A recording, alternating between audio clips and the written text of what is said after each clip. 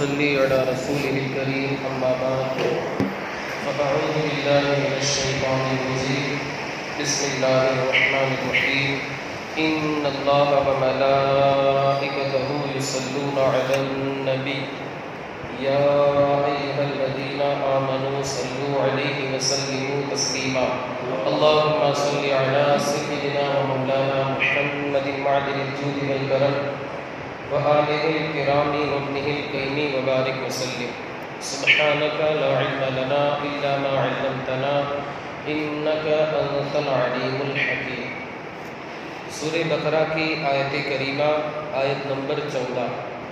منافقوں کے تعلق سے بیان ہے۔ اللہ رب العزت ارشاد فرماتا ہے وَإِذَا لَقُوا الَّذِينَ آمَنُوا، جب ان لوگوں سے کہا جاتا ہے کہ ایمان لاؤ، یعنی منافقوں سے، یعنی منافق جو ہے ایمان والوں سے ملاقات کرتے ہیں۔ جب منافقین نفاق اپنے دل میں رکھنے والے اللہ و رسول کے تعلق سے جب یہ منافقین مسلمانوں سے ملتے ہیں تو کہتے ہیں آمنا، ہم ایمان لائے۔ وَإِذَا خَلَوْا إِلَىٰ شَيَاطِینِهِمْ، اور جب اپنے شیطانوں کے پاس اکیلے میں ملتے ہیں، جب اپنے شیطانوں کے پاس اکیلے میں ملتے ہیں تو کہتے ہیں اِنَّا مَعَكُمْ، ہم تمہارے ساتھ ہیں، اِنَّمَا نَحْنُ مُسْتَهْزِئُونَ، کہ ہم تو مذاق کر رہے ہیں۔ یعنی مطلب اس کا یہ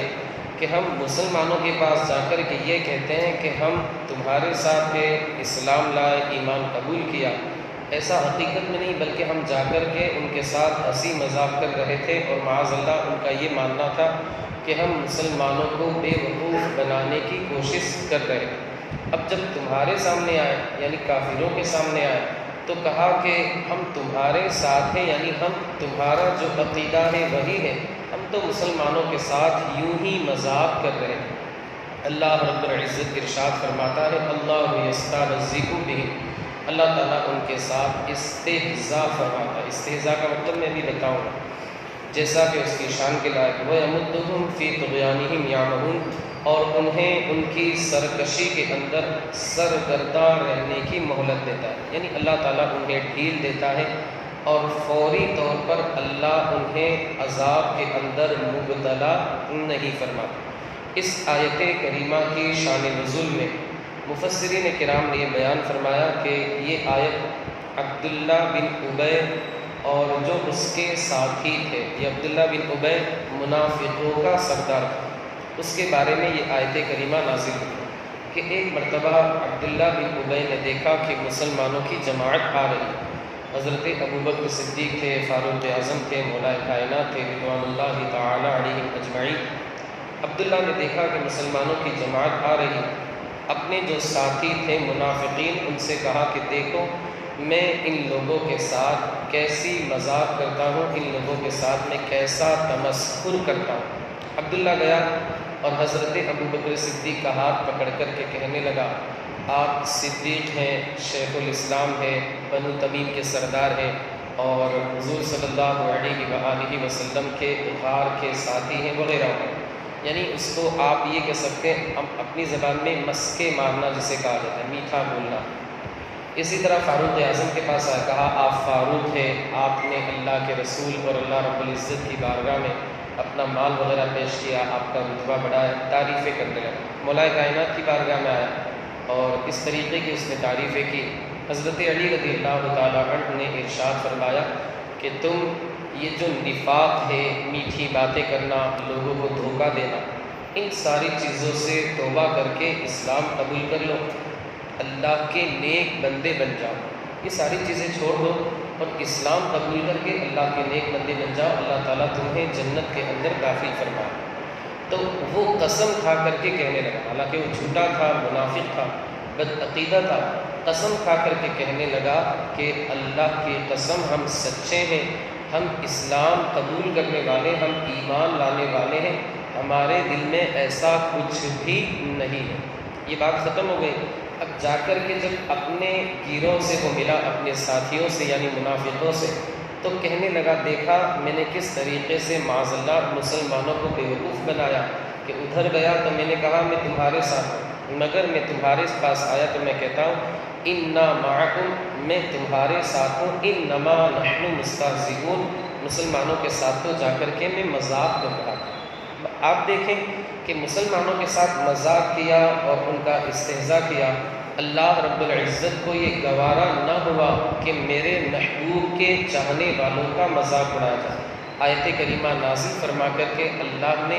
اپنے نبی کے چاہنے والوں کا دفاع فرمایا، ڈیفینس جسے آپ کہہ سکتے ہیں، دفاع فرمایا اور ان کی مدد فرمائی، ان کی تعریف فرمائی۔ مفسرین کرام فرماتے ہیں کہ اس آیت کریمہ سے یہ بات ثابت ہوتی ہے، چونکہ ان میں ایمان والے تھے، بلکہ مصطفیٰ کریم صلی اللہ علیہ وآلہ وسلم سید الانبیاء بھی تھے۔ ان منافقوں نے سارے لوگوں کا مذاق اڑایا، جن میں ہمارے حضور بھی تھے، صحابہ بھی تھے۔ مفسرین کرام فرماتے ہیں کہ انہوں نے گویا کہ نبی کا مذاق اڑایا، تو نبی کا مذاق اڑانا یہ کفر ہے، نبی کا مذاق اڑانا یہ کیا ہے؟ کفر ہے۔ اسی طرح کسی صحابی رسول کا مذاق اڑانا یہ بھی کفر ہے۔ مفسرین کرام نے یہ بھی فرمایا کہ کسی عالم دین کی توہین کرنا، اس کا مذاق اڑانا علم دین کی وجہ سے، ذاتی رنجش ہو ایک الگ چیز ہے، لیکن اس وجہ سے کہ یہ عالم ہے، اس وجہ سے کوئی بندہ ان کی توہین کرتا ہے، ان کا مذاق اڑاتا ہے، تو وہ بندہ بھی دائرۂ اسلام سے خارج ہو جائے گا۔ حضور اعلیٰ حضرت نے بھی اسے فتاویٰ رضویہ شریف میں لکھا ہے کہ جو بندہ کسی عالم دین کی اس کے علم کی وجہ سے، کہ بندہ عالم ہے اس وجہ سے بغض رکھتا ہے، اس کی توہین کرتا ہے، وہ بندہ دائرۂ اسلام سے خارج ہو۔ اس آیت کریمہ میں منافقوں سے گویا کہ ایک طریقے سے روکا گیا کہ ان سے بچو، ان کی صحبت سے بچو، ان کے ساتھ اٹھنے بیٹھنے کھانے پینے سے بچو۔ اور حدیث پاک میں بھی ہے ایاکم و ایاہم لا یضلونکم ولا یفتنونکم وان ماتوا فلا تشهدوا علیہم وغیرہ، کہ تم اپنے آپ کو ان سے بچاؤ اور ان سے تم دور رہو، کہیں وہ تمہیں فتنے میں مبتلا نہ کر دے، کہیں تمہیں گمراہ نہ کر دے، ان کے جنازے میں مت جاؤ، ان کے ساتھ نکاح نہ کرو، ان کے یہاں اپنی بیٹیاں نہ دو، ان کے یہاں سے اپنی ان کے یہاں سے ان کی لڑکیاں نہ لاؤ وغیرہ۔ مگر آج کل ایک ماحول بن گیا ہے کہ وہ تو کوئی مسئلہ نہیں ہے، اس کا وہ تو اپنا ہے، یہاں نماز پڑھتا ہے، وہاں نماز پڑھتا ہے، مگر اس کا عقیدہ جو رہتا ہے وہ گڑبڑ ہی رہتا ہے۔ لیکن ہمارے مسلمان بھائی یہ سمجھتے کہ نہیں، یہ تو تھوڑا بہت چلتا ہے، یہ تھوڑا بہت چلنے کے چکر میں آگے جا کر کے نتیجہ یہ ہوتا ہے کہ اس کی پوری فیملی اس کے عقیدے کے مطابق اس کا بھی عقیدہ گڑبڑ ہو جاتا ہے۔ تو منافقوں کے صحبت سے ہمیں بچنا ہے، اور یہ جو میٹھے بن کے آتے ہیں کہ چلو اللہ اور رسول کی بات کرو، چلو اللہ اور رسول کی بات کرو، تو اس فتنے سے حضور اعلیٰ حضرت نے بھی آگاہ فرمایا کہ آپ ذرا سوچیں، ایک طرف اللہ و رسول عز و جل صلی اللہ علیہ وآلہ وسلم روک رہے ہیں، اور ان کی ذات کریمہ جو ہے ان سے بڑھ کر کے تمہارا کوئی خیر خواہ ہو ہی نہیں سکتا۔ اللہ و رسول فرما رہے ہیں کہ ان سے بچو، اور یہ کہہ رہے ہیں کہ ہم اللہ و رسول کی بات کرتے ہیں، حالانکہ یہ ان کا دھوکہ ہے، یہ اپنے جال میں پھنسا کر کے۔ شروع میں کیا ہوتا ہے، یہ لوگ اللہ و رسول کی باتیں کرتے ہیں، عقیدے کی باتیں، لیکن دھیرے دھیرے دھیرے دھیرے جب دیکھا کہ اپنے رنگ میں بندہ رنگ گیا ہے، اب یہ جو اپنا اصل زہر ہے وہ سانپ کی طرح چھوڑنے لگے۔ اپنا اصل زہر کہ اللہ تعالیٰ معاذ اللہ جھوٹ بول سکتا ہے، نبی کو پکارنا جائز نہیں ہے، قبر کے اوپر چادر چڑھانا جائز نہیں، فاتحہ درود کرنا جائز نہیں، یہ جائز نہیں، وہ جائز نہیں۔ اصل رنگ جو ہے وہ ان کا بعد میں ظاہر ہے، پہلے لوگ اپنا بناتے ہیں، اپنے رنگ میں اسے رنگ دیتے ہیں، جب دیکھا کہ بندہ اپنا ہو گیا پھر یہ اپنے عقیدے کی تبلیغ کرتے اور بندے کو پھر وہ معاذ اللہ بد عقیدہ بد مذہب بنانے کی کوشش کرتے۔ تو حضور اعلیٰ حضرت نے فرمایا کہ ہمارے حضور کی شان یہ ہے حریص علیکم عزیز علیہ ما عنتم، کہ تمہارا مشقت میں پڑنا ہمارے رسول کو گوارا نہیں۔ رات رات جاگ کر کے امت کی مغفرت کی دعا اللہ کی بارگاہ میں ہمارے حضور نے، یعنی حضور اعلیٰ حضرت بتانا یہ چاہتے ہیں کہ جب حضور سے بڑھ کر کوئی خیر خواہ تمہارا ہو ہی نہیں سکتا،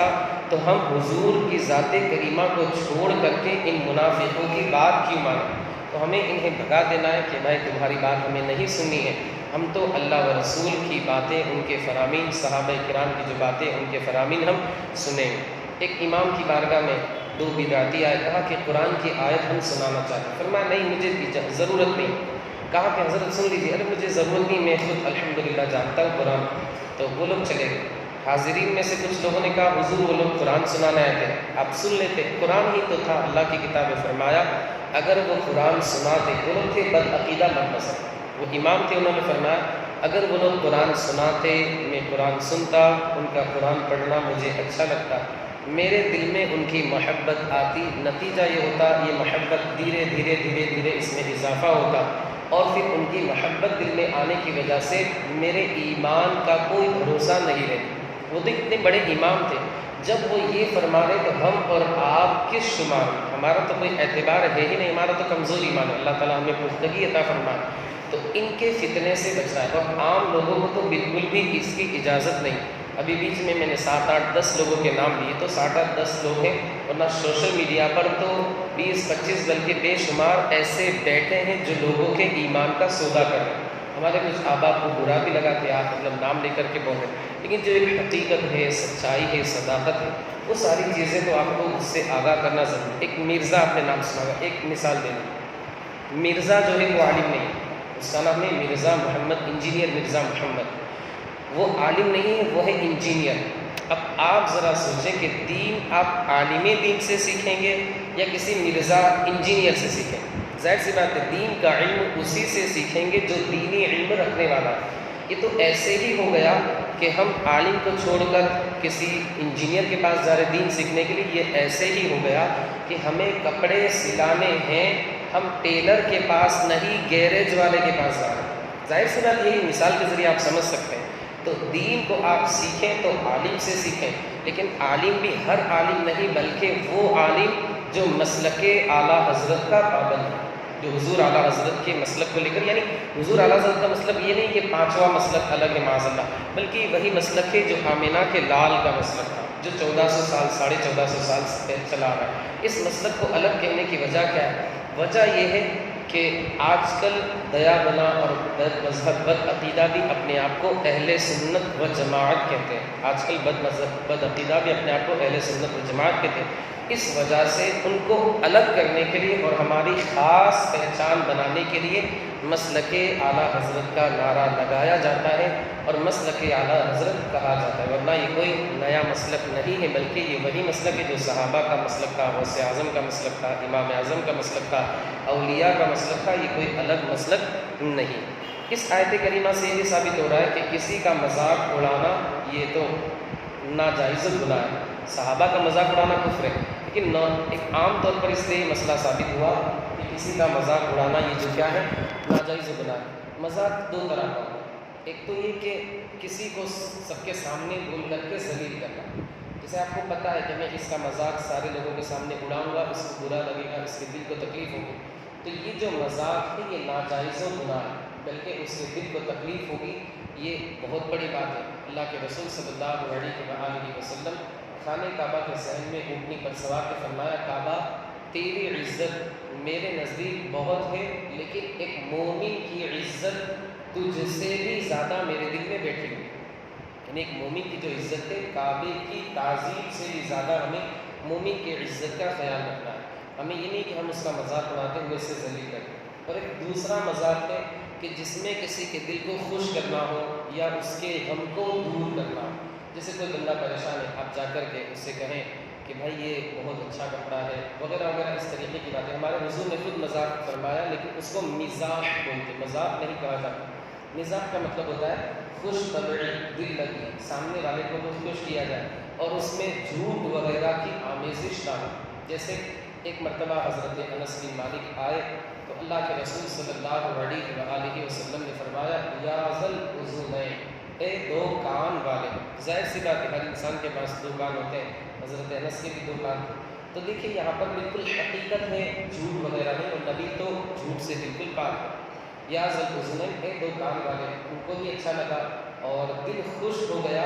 مزاح بھی ہو گیا، جھوٹ بھی نہیں ہوگا، دل بھی خوش ہو گیا۔ اور ایک مرتبہ کی بات ہے، ایک صحابی رسول بازار میں اپنی سامان اپنا فروخت کیا کرتے تھے، سبزی وغیرہ۔ اب ان کی عادت تھی، اللہ کے رسول صلی اللہ علیہ وسلم کی یہ عادت کریمہ تھی کہ ان کے ساتھ مزاح فرماتے تھے، خوش کرنے۔ ایک مرتبہ بازار میں گئے، پیچھے سے انہیں اس طرح پکڑ لیا اور آنکھیں مچل کر کے یہ دبا کر کے پوچھا کہ کون؟ انہوں نے 3-4 نام لیے، پھر اللہ کے رسول صلی اللہ علیہ وآلہ وسلم سامنے تشریف لائے، وہ بہت خوش ہوئے۔ تو میں عرض یہ کرنا چاہتا ہوں کہ یہاں پر جو مزاح ہے، یہاں پر سامنے والا خوش ہو رہا ہے اور اسے تکلیف نہیں ہے، اور جب اللہ کے رسول صلی اللہ علیہ وسلم کسی کے ساتھ مزاح فرمائے، سامنے والے کو تو اور زیادہ خوشی ہوگی کہ اللہ کے رسول نے میرا انتفاع فرمایا۔ ایک اور آخری بات کہ حضرت انس بن مالک کے چھوٹے سے بھائی تھے، وہ ایک چڑیا سے ہمیشہ کھیلتے رہتے۔ ایک مرتبہ دعوت کی، اللہ کے رسول صلی اللہ علیہ وسلم تشریف لے گئے، تو وہی چھوٹے جو بھائی تھے وہ چڑیا غالباً اس کا انتقال ہو گیا تھا، تو اللہ کے رسول صلی اللہ علیہ وآلہ وسلم نے فرمایا یا عمیر ما فعل النمیر، اے عمیر اس چڑیا کا کیا ہوا؟ یہاں پر بھی حضرت انس بن مالک کے بھائی کو خوش کرنا مقصود تھا، اس وجہ سے اللہ کے رسول صلی اللہ علیہ وآلہ وسلم نے یہ مزاح فرمایا۔ اگر ذلیل کرنا مقصود ہو، یا کسی کے دل کو تکلیف پہنچانا مقصود ہو، یا کسی کو سر عام لوگوں کے سامنے شرمندہ کرنا مقصود ہو، تو یہ ساری چیزوں کی اجازت نہیں ہے۔ حضرت موسیٰ سے ان کی قوم بنو اسرائیل نے کہا اتتخذون عضوا، کیا آپ ہم سے مذاق کرتے ہیں؟ حضرت موسیٰ نے فرمایا انی اعوذ بک ان اکون من الجاہلین، میں اللہ کی پناہ مانگتا ہوں کہ میں جاہلوں میں سے ہو جاؤں۔ کیا پتہ چلا اس آیت کریمہ سے کہ مذاق کرنا، یعنی جس میں جھوٹ ہو، کسی کو ذلیل کرنا ہو، کسی کو شرمندہ کرنا ہو، تو یہ جاہلوں کا کام ہے، نیک لوگوں کا یہ کام نہیں۔ آخری بات کہ دنیا و آخرت یہ دونوں سوگن تو سمجھتے ہیں، سوگن ویسے ہی مثال دینے کا مقصد، یعنی سوگن کہنا مقصد یہ ہے دنیا ایک سوگن، آخرت ایک سوگن۔ مفسرین کرام نے فرمایا مطلب اس کا یہ کہ جس طرح دو سوگنوں کے درمیان نہیں بن سکتے، وہ ایک دوسرے سے مقابلہ کرنے کی کوشش کرتے ہیں، تو جس طرح دو سوگنوں کے درمیان معاہدہ دوستی نہیں ہو سکتی، اسی طرح بندہ یہ چاہے کہ میں دنیا بھی جمع کر لوں، آخرت بھی جمع کر لوں، یہ نہیں ہو سکتا۔ دنیا سے مراد یہ نہیں کہ آپ کمانا چھوڑ کے اللہ کرنے بیٹھے، نہیں، کمانا ہے، ضروری ہے، ورنہ تو بیوی بچوں کا، فیملی کا گزارا مشکل ہو جائے۔ وہ دنیا جس میں پڑھ کر کے بندہ اللہ سے غافل ہو جائے، اللہ کو بالکل فراموش کر دے، عبادت نہ کرے، نماز نہ پڑھے، وہ نہ بالکل ہمیشہ دنیا ہی دنیا میں لگا رہے، گناہوں میں ملوث ہے۔ ورنہ آپ کماتے ہیں، تجارت کرتے ہیں حلال طریقے سے، ماشاءاللہ اس میں خود برکت ہے، یہ صدقے کا کام ہے، اور آپ اپنی بچوں کے منہ میں جو لقمہ ڈالتے ہیں، اللہ ہر لقمے پر آپ کو صدقے کا ثواب عطا فرمائے۔ ہر دنیا بری نہیں، جو دنیا کو پوچھتے برا کرتے تو پوری دنیا بری نہیں، آپ کمائیں، یہ تو آپ کا فریضہ ہے، آپ نہیں کمائیں گے تو آپ کی بیویاں تو نہیں جائیں گی باہر کمائیں، اور وہ مرد بے شرم ہے جو گھر میں بیٹھ کے کھاتا ہے اور اس کی بیوی باہر جا کر کے کماتی ہے۔ ہمارے بہت سارے ہم نے دیکھا ہے، خود سنا بھی ہے، سوالات بھی آتے ہیں، مگر افسوس ہوتا ہے، تکلیف ہوتی ہے کہ مرد آرام سے بیٹھ کر کے تیار نوالا کھا رہا ہے اور بیچاری بیوی باہر جا کر کے جھاڑو پوتا برتن وغیرہ دھل کر کے کمانا، کتنے افسوس کا مرد، وہ مرد دیوں سے بے شرم، اسے چیزوں پر پانی میں ڈوب بنا سکتے کہ کتنی شرم کی بات ہے۔ وہ عورت جسے گھر کی زینت ہونا تھا وہ باہر جا کر کے کام کرے، اور وہ مرد جو باہر کی زینت ہے وہ گھر پہ بیٹھ کر کے بس لکھے نوالے توڑ رہا ہے، کتنے افسوس کا مقام ہے۔ تو دنیا آپ کمائیں، اس میں کوئی قباحت نہیں، لیکن وہ دنیا جو اللہ کی یاد سے غافل کر دے، انسان کو نمازوں سے دور کر دے، اللہ و رسول سے دور کر دے، اللہ والوں سے دور کر دے، یقیناً وہ دنیا بری ہے۔ اگر آپ نے دنیا میں اللہ و رسول کی فرما برداری آپ کرتے رہے تو یقین جانیں انشاءاللہ آخرت بھی آپ کے لیے بہتر ہوگی، لیکن وہ دنیا جو انسان اس میں غافل ہو کر کے اللہ و رسول کی یاد سے غافل ہو گیا تو پھر اس بندے کی آخرت بھی ایسی ہی رہے گی، پھر اللہ رب العزت اس پر نظر رحمت نہیں فرمائے۔ تو دنیا اور آخرت یہ سوگن ہے، بندہ اگر چاہے کہ میں دنیا بھی حاصل کر لوں آخرت بھی، تو وہ بندہ حاصل نہیں کر سکتا۔ ہاں، حلال طریقے سے اگر وہ دنیا میں زندگی کے شب و روز گزار رہا ہے تو وہ بندہ دنیا بھی حاصل کر لے گا، آخرت بھی حاصل کر لے گا۔ مولا عز و جل ہمیں آپ کو ساری دنیا کے خوش عقیدہ مسلمانوں کو دنیا جو غفلت والی ہے اس سے ہماری حفاظت فرمائے، اور زندگی کے شب و روز مصطفیٰ کریم کی سنتوں کے مطابق مولا عز و جل ہمیں گزارنے کی توفیق عطا فرما۔ ہمارے بھائیوں نے درس میں شرکت کی، انہیں جزائے خیر عطا فرما، ان کی مشکلات کو آسان فرما، ان کی کمائی میں، کاروبار میں، تجارت میں، رزق حلال میں خوب سے خوب کر برکتیں عطا فرما۔ مولا ہماری بھائیوں کو حج بیت اللہ کی سعادتوں سے مالا مال فرما۔ کعبہ مقدسہ کے سامنے مولا عز و جل مقام ابراہیم کے قریب ہمیں آب زمزم پینا نصیب فرما۔ مولا عز و جل ہم گناہ گاروں کی قسمت میں بھی لبیک کی صدائیں لکھ دے۔ مولا ہم گناہ گاروں کو بھی اپنے در پاک کی زیارت نصیب فرما۔ وصلی اللہ تعالی علی خیر خلقہ و کل عاشق سیدنا مولانا محمد وعلی آلہ و